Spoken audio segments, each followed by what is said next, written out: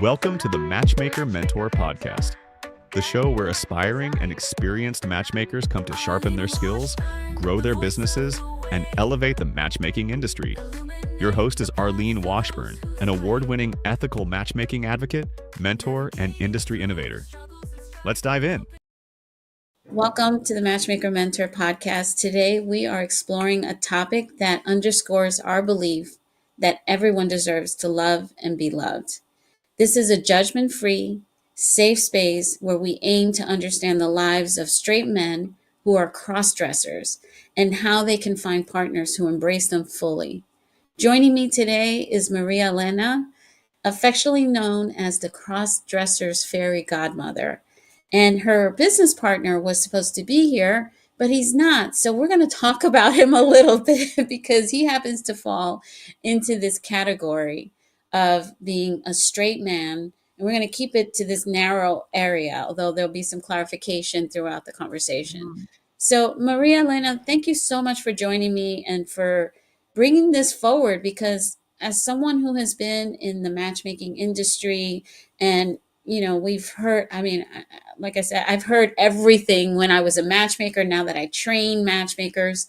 And this is something that sort of has been slipping through the cracks. And I want to know more about this. So first of all, Arlene, thank you so much for having me here and giving me the opportunity to talk about that. Because I was the first one that I didn't know anything about that world some years ago. And it's quite interesting. And I mean, they are so kind and so tender. I love to work with them, really. I love this. So everybody in this community is referring to you as the Cross-Dressers Fairy Godmother. Can you share how this title came to be and what does this signify in your work? Well, one of the things is that from the very first moment, I create a safe space for them to express fully who they are and their preferences. And they started really being really open with me. So it started like a joke. It's like, okay, you are like the fairy godmother. And then it's like, yes, they see me as a person. They can be really vulnerable and talk about anything. They know that I will never judge them. In fact, I celebrate them and I love them because they have this need to talk about that. Yeah. Because for some of them is something that they live really in secret. Most of them are straight men and most of them are married and their families don't know anything about their preferences, their lifestyle. Even the friends don't know anything. The spouse doesn't know anything. And they need to talk about that. And I'm curious, when did you realize that you had a gift for coaching and supporting cross-dressers?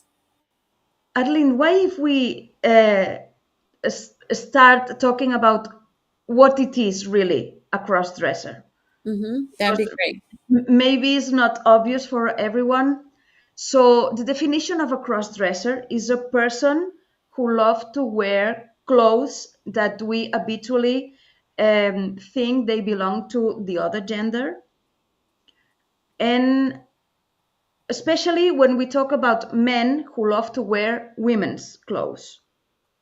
So this is about gender expression. It's the way we want to behave, talk, dress, the way we want to interact with the world.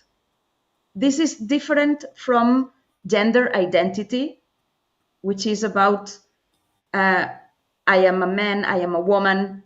That's different. And this is also different from sexual orientation. We assume, that was my thinking at the beginning, that cross-dressers were gay men. And in fact, they are not. I mean, we cannot say anyone, but the vast majority are very straight men that love to wear women's clothes. And it was quite difficult for me to understand at the beginning.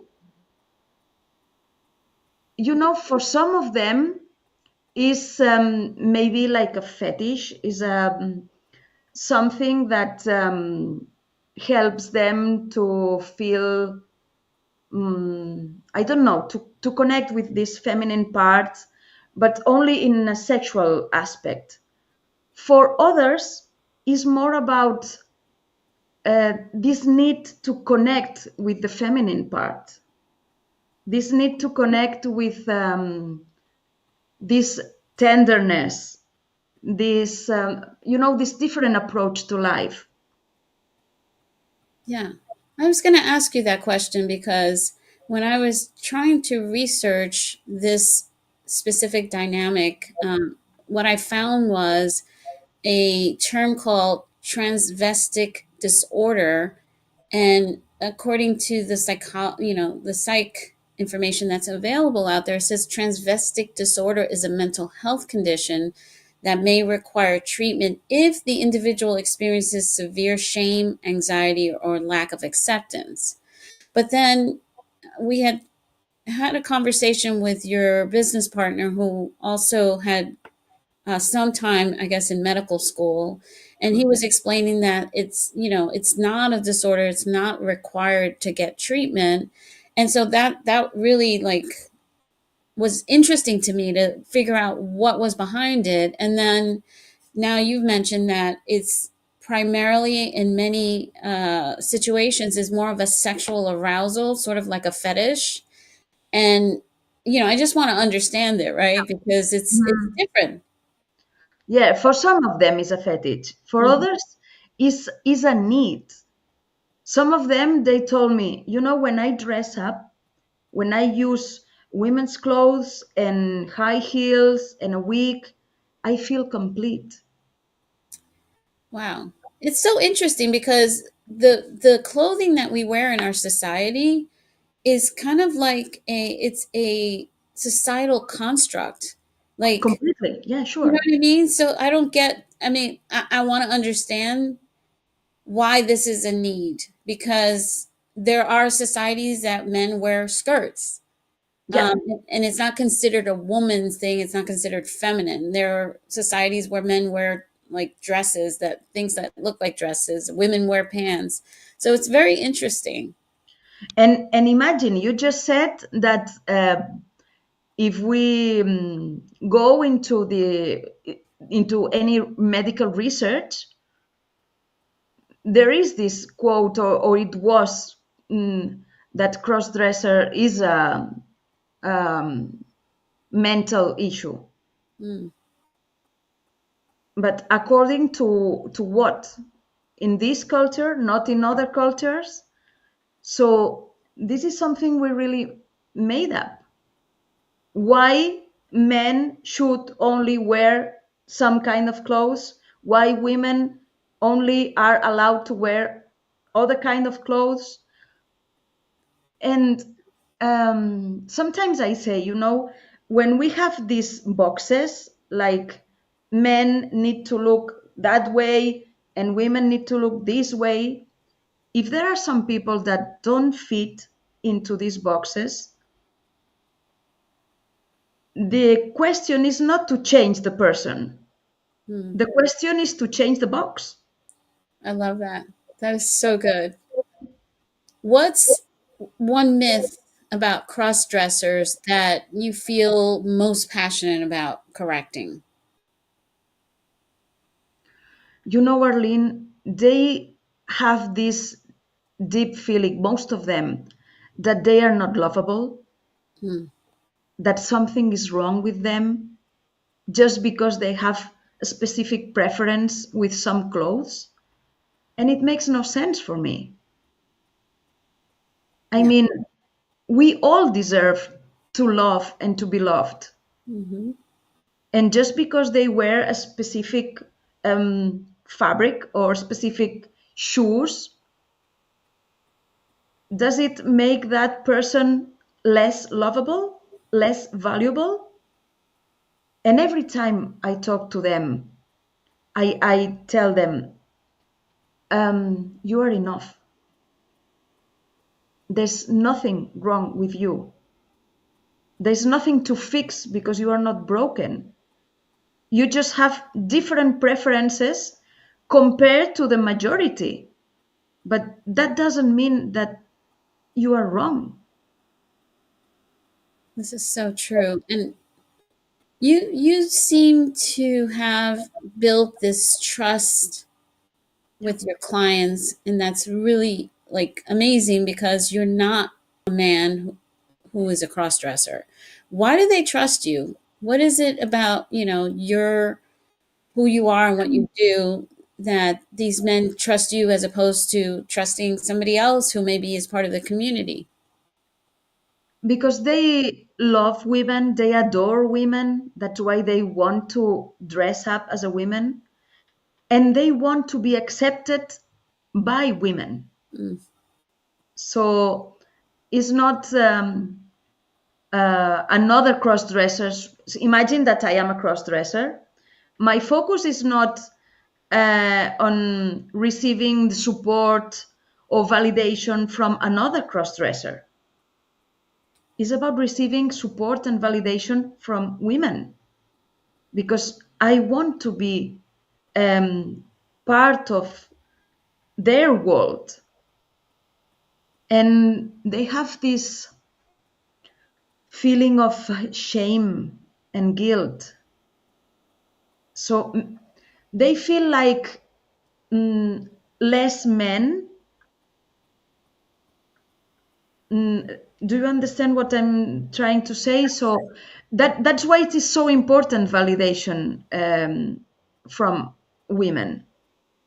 I could not agree more. And I think that our society needs to change and allow men to have a full range of emotional expressions, because I see how um, parents raise their sons and tell them you shouldn't cry, man up, be strong. And it's really not healthy. And I think that now more than ever is really starting to take a toll on young men. Yeah. And, this type of thing where someone has a specific desire that where they're not hurting anyone, they're not doing anything harmful to anyone, but they're being judged. We need to move away from this type of society. I mean, there's a lid to every pot, and I'm curious what type of women are accepting of men that have this desire to cross dress. In fact, from my experience, the more we talk about that and the more women know that these men exist, the more we as women, the more we are open to accept cross-dressers as friends, as a partners, as a co-workers. Yeah. For me, the first let's say challenge, I don't want to use the word problem, but the first challenge is the lack of information. Mm-hmm. Yeah. In general, we don't know what it is, we don't understand what it is. That's why one of my focus is in talking about them, about this community, and talk about the reality. So it's much more than just how can I say, this funny image of men wearing women's clothes. What is behind this image? That's what is important. What is behind the image? Like, what are these men like aside from the fact that they're cross dressers? I'm not sure if I understand your question. Do you mean why they hide this preference? No, because one of the things, and we had a conversation with your business partner who is a male, who is straight and a cross dresser. Yeah. And he had mentioned that these men love women, that they're supportive, that they like to go shopping with the women and enjoy it, instead of like the average guy may go shopping with their wives and be frustrated and want to leave and not want to. Whereas these men who are cross dressers have an affinity for that, and actually maybe even have more of a friendship with their wives in terms of these feminine factors that the Yeah. average man wouldn't have. So that's kind of what I'm alluding to, that essentially what are the benefits, right? The benefits of being with a man who's a cross dresser who is straight, Mhm. right? Because we're not Yes. talking about the gay men that are cross dressers. Mhm. That's a different category. It's interesting that you said that they need this kind of friendship, this girl friendship. With one of my clients, we were talking about that. One day, that person told me, you know, Maria, I feel that I don't need you as a coach anymore. I need you as a friend. So let's have our conversations as if we were girlfriends talking about makeup, about clothes, about anything. It's like, I want to have this connection. And that made me realize how different men interact with men and women with women. Mm, Men are not allowed to talk about feelings. And this is one of the needs for a crossdresser, to talk about their feelings. That's why the conversation is easier with a woman. That's why they love me, because they can talk with me again as a fairy godmother, as someone that is not judging me, that is helping me to be myself, that is helping me to achieve my goals and dreams and desires, knowing that, again, there's nothing wrong in being a crossdresser. I love this. Maria Helena, tell me about you. I just want to share with this audience who you are and how you came into this genre, if you will, or this type of work. Yeah. Well, I'm a single mother. I have two children. One is now 21 and the other is 15. And part of that started in 2020 when my daughter, who is now 21, came out as a transgender, non binary person. And at that time, I realized that I had no idea what transgender means, and even worse, non binary. And all that I knew was wrong. So I decided to start from scratch and learn everything I knew, and started from, it's like with a beginner's mind, let's say that. Mhm. And the more I was in connection with the LGBTQ plus community, with different groups, communities, associations, families, I realized that I do belong to the queer community. Uh, and then I decided to, let's say, to focus my coaching practice with this community. And at some point, I met my business partner, the person who is now my business partner, who was telling me, I'm a crossdresser. I have a huge Facebook community. I don't know how to serve them because I don't have the tools, I don't have the time. And I was really open to work with them because the more I knew, the more I loved this community, because that need that I felt that there was, it's like this lack of self acceptance because of society expectations. and this pressure this pressure we feel to be accepted, to belong. Yeah. Where are you based out of? I live in Spain, near Barcelona, so Mediterranean coast. Nice. I love it there. Yeah. Um, this is such an interesting area, and I'm wondering only because as someone who trains professional matchmakers, I feel like there's an opportunity here for so many women that constantly complain there aren't any good men out there. I can't meet anyone. All the good ones are taken or they're gay. And Yeah. there's so many single men who happen to be cross-dressers, who are decent human beings, who have normal lives, who go Mm-hmm. to work every day, dressed as, in a masculine, I guess, the construct of what men wear.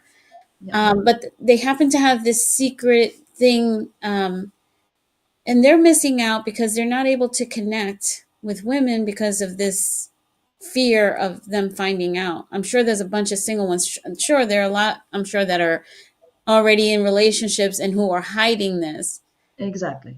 But I feel like there's an opportunity here because there's so many women that want to connect with a good man, and perhaps they'll be comfortable with knowing that he is a cross-dresser. And I'm curious, like, so when a man is a cross-dresser, when does this come out in terms of, like, when are they out there as cross-dressers versus wearing their what quote unquote normal? Like, do they go out at night and go to some, probably I would think, a gay bar, even if they're not gay, just because I would Yeah. imagine they'd be more accepted. Like, tell me more about this lifestyle and how that comes about. That's really a great thing to talk about, because for some of them, for the vast majority of them, it's so difficult to talk about that. So imagine you start dating a woman. When do you feel is the right moment to talk about that? Mhm. During the first dates, let's say the first weeks, months, um, you don't feel confident enough to talk about that. And then time uh, goes by, and maybe um, 1 year passes, or 2 or 3, and then it's like, okay, is now the right moment? What if she runs away from me? What if she starts spreading this information everywhere? What if she doesn't accept me and I love her? And from the perspective of the woman is also difficult. It's like, okay, why don't you talk about that from the very beginning? Why are you talking about that, I don't know, after 5 years, 10 years? So from the cross-dresser perspective, it's never the right moment. They are so afraid. Mm-hmm. And for me, matchmaking is a huge opportunity to talk about that from the beginning. Yeah. It's like, this is me. And because there is a matchmaker between the cross-dresser and the potential partner, it's easy to talk about that. It's easy to talk up front. So for me, this is great because, as we said before, some of them are living this life completely in secret. I talked with some cross-dressers in the past who were telling me, I only dress up once or twice a year when my wife or my spouse, my partner, is on holidays. Mm. It's the only time I feel free enough to be myself. So imagine the sadness of this person who is, how can I say, who feels complete only once or twice a year. So sometimes they go to gay bars, not because they are gay, but because they feel safe there. Mm-hmm. It's quite difficult. There are also some dressing services, Oh. but this is like a place for cross dressers to go and gather and dress up, but only interacting with them. And this is not the, how can I say, the outcome, the goal they really want. They want to gather with women. Mm. So it's quite difficult to find these places. So in some scenarios, let's say it's easier if we go to the goth scene or heavy metal scene. In some countries, there is this Rocky Horror Picture Show fan club, Yeah.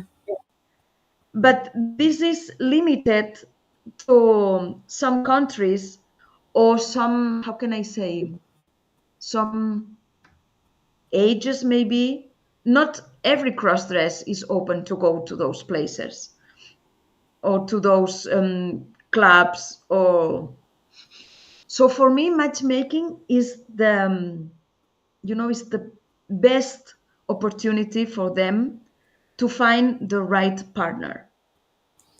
I would agree with you 100% because in the matchmaking world, what we do is to help open up people's minds about giving someone else an opportunity, a for themselves to give, to be open minded, but also we broker these opportunities so that, for example, often we have challenges when with short men because so many women think they want to be with someone who's 6 feet tall or taller, even if they're only 5 feet tall, and there's a limit to the amount of men that in America is 14.5% of men are 6 feet or taller. And yet these women have this idea in their head that that's all they want.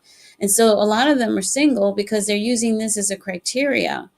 And Mhm. so if there's a matchmaker who can explain who these men are and what wonderful qualities they have, aside from the fact that they're also cross dressers, Mhm. and even when, because I'm sure every cross dresser has their own specific way of expressing, themselves. So it may be that they only dress up at home with their partner, or maybe they dress up when they're out of town and nobody knows them, or maybe they go to a place with their partner and it's a fun thing, or maybe it's Halloween. I don't know. I actually, it's funny because I never even thought about this. I don't know. This is just not something that's ever come up in my life, other than a trans person or the shows and stuff like that. But I had a friend who was straight, but he would love to wear women's clothes. And every holiday he was dressed as a woman. And I used to say, is he gay? What's the deal with him? But he doesn't identify as gay. And he might be one of these men who happens to be a cross dresser, even though he's straight. He's like a super successful, very wealthy real estate Yeah. broker with big companies and stuff, and Mhm. super like amazing. But we would always kid around because he was always like, if every holiday, for Halloween here, he would always dress up as a woman, and just every opportunity he got. And I feel like Mhm. now that I'm thinking about it, he's probably a cross dresser, which, hey, we loved him no Yeah. matter what, and we had a great relationship. He was super smart. It didn't get in the way of anything in his life. And Exactly. I think a matchmaker could um, explain this to a woman who is, you know, who wants to have a partner, who Mhm. maybe there's a partner who's ideally suited, where they could be very compatible, where they have similar values and life goals. But there's this one thing. I think a matchmaker would be a great liaison to bring people together in this particular case. Otherwise, you're just going to have women who are just sitting and waiting to have a partner, and these men who are sitting and waiting to have a partner who's going to accept them. Yeah. neither the two shall meet, right? And it's kind of sad when there's so much opportunity here. Mm. And from a woman's perspective, having a cross-dresser as a partner is like having a male partner and at the same time a girlfriend. Mm-hmm. Because with a cross-dresser as a woman, now talking as a woman, with a cross-dresser you can talk about anything you will talk with a man. And also you can talk about makeup, about clothes, about fashion, and having a fun conversation and go shopping and talk about, I don't know, colors, fabrics. And it's not a kind of conversation you will have with what we consider a majority of men, a man who is not a cross-dresser, Yeah. who will not pay any attention to that. Yeah, it's funny because I think most women love to have a gay man as their friend. Like I always had I call my gay husband or my gay boyfriend because for a similar reason, if you really think about Yeah, it, because you can have these conversations and they didn't have to put on these airs that, of you got to be a masculine man and all this masculine toxicity where they're still men. They just have the ability to hone in on this femininity or this feminine side of them that is very appealing to women to have friends like that. Like I love me a gay man as a best friend. exactly. For me, the what is coming to my mind right now is that cross-dressing for these men is a way to, how can I say, to allow themselves to connect with their feelings, Hmm. to release this need to always be the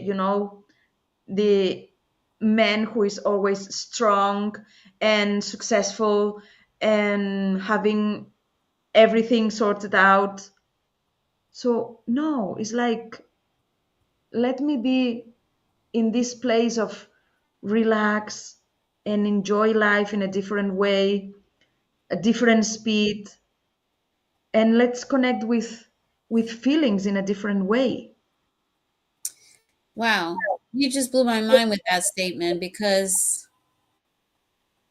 if you think about it from that perspective, that makes perfect sense. I mean, putting aside the sexual arousal, the folks that are in it for that purpose, I really think you hit on something here, and it'd be a nice conversation to have with like a psychologist, or I don't even Mhm. know if there's somebody who specializes in this area, because by being able to release that identity that these men have to have and look a certain way as a man, when you can embrace looking like a woman, now you can tap into these emotions and a different way in the way that we are, right? That is amazing. I really think you're onto something there. And I would love to continue a conversation at a later show and bring Mhm. an expert in because that makes perfect sense.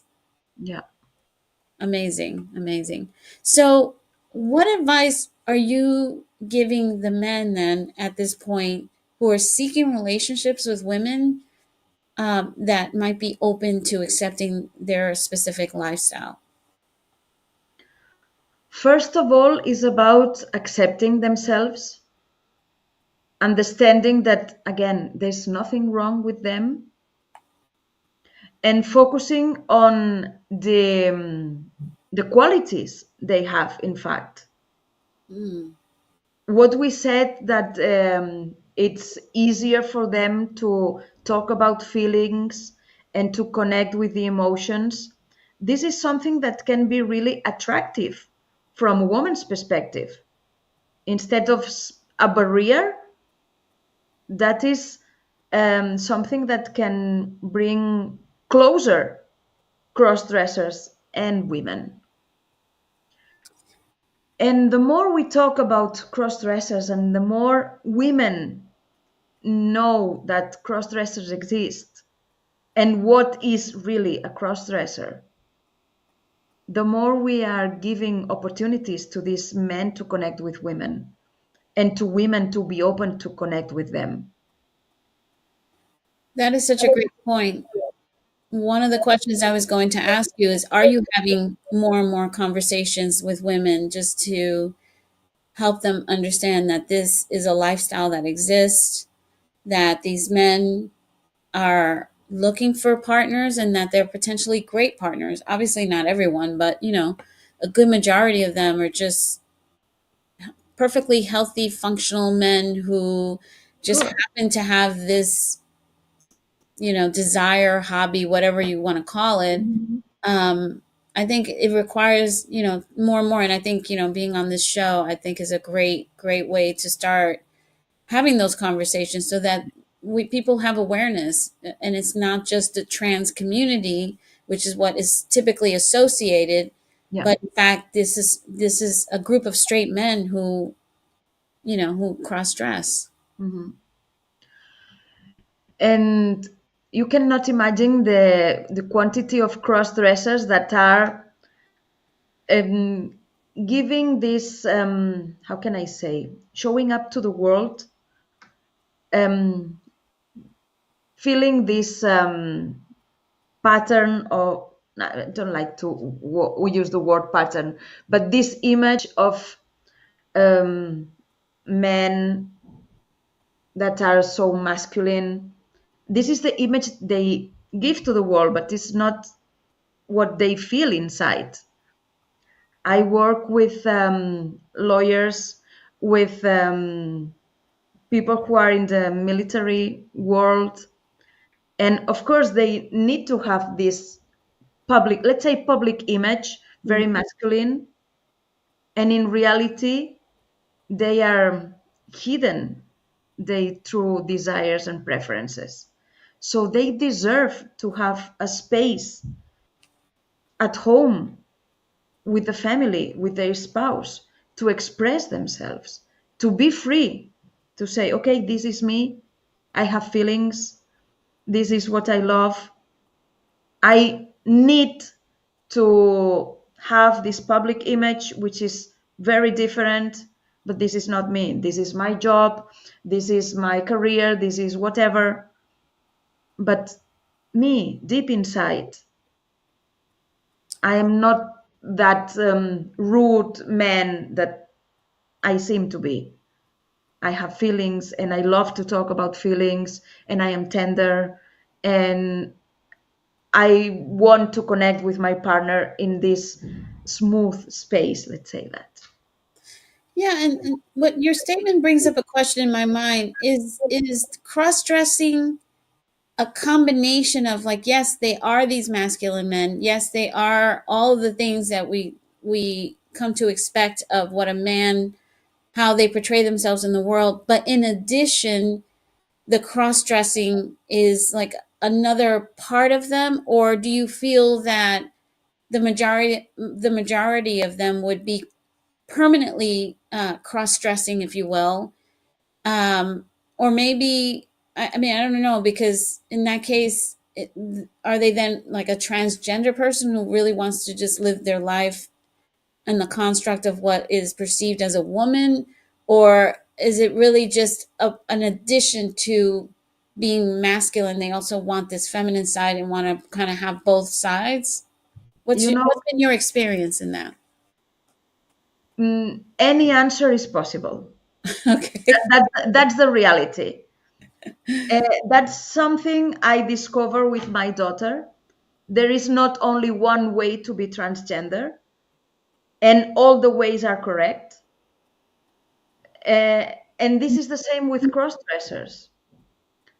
Some of them, they are like transitioning in the middle of accepting that they are transgender, but the vast majority no. Hmm. So there is no one specific way to be a cross dresser. The same that there is no only one way to be a woman or one way to be a man.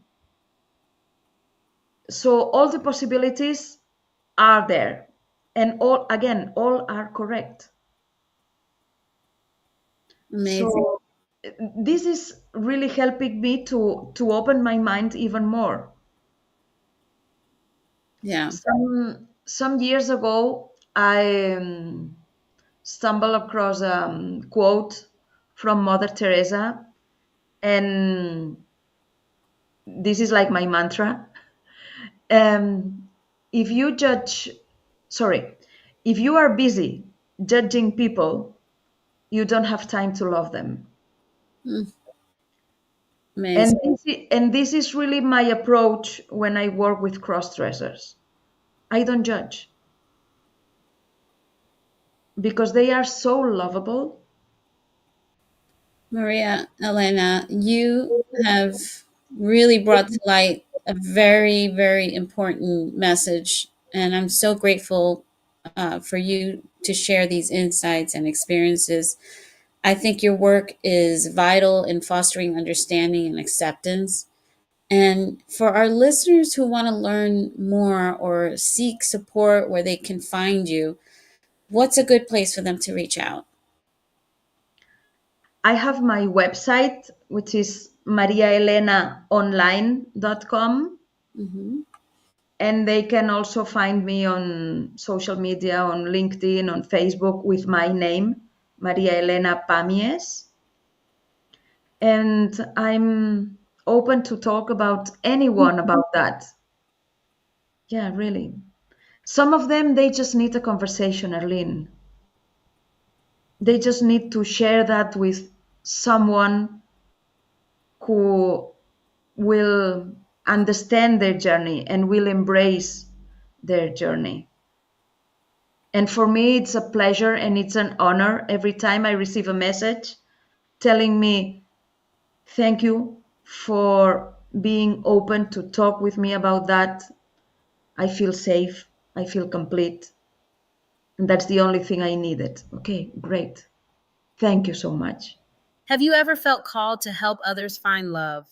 You might have the heart for matchmaking, but without the right training, turning that passion into a thriving business can feel impossible. Most matchmaking courses give you outdated theories and a certificate, but no real world strategy to build a successful business. That's where Love Pro Mastermind Academy is different. Our live Done With You training goes beyond theory, helping you develop matchmaking expertise, implement sales and marketing strategies, and master the art of client success.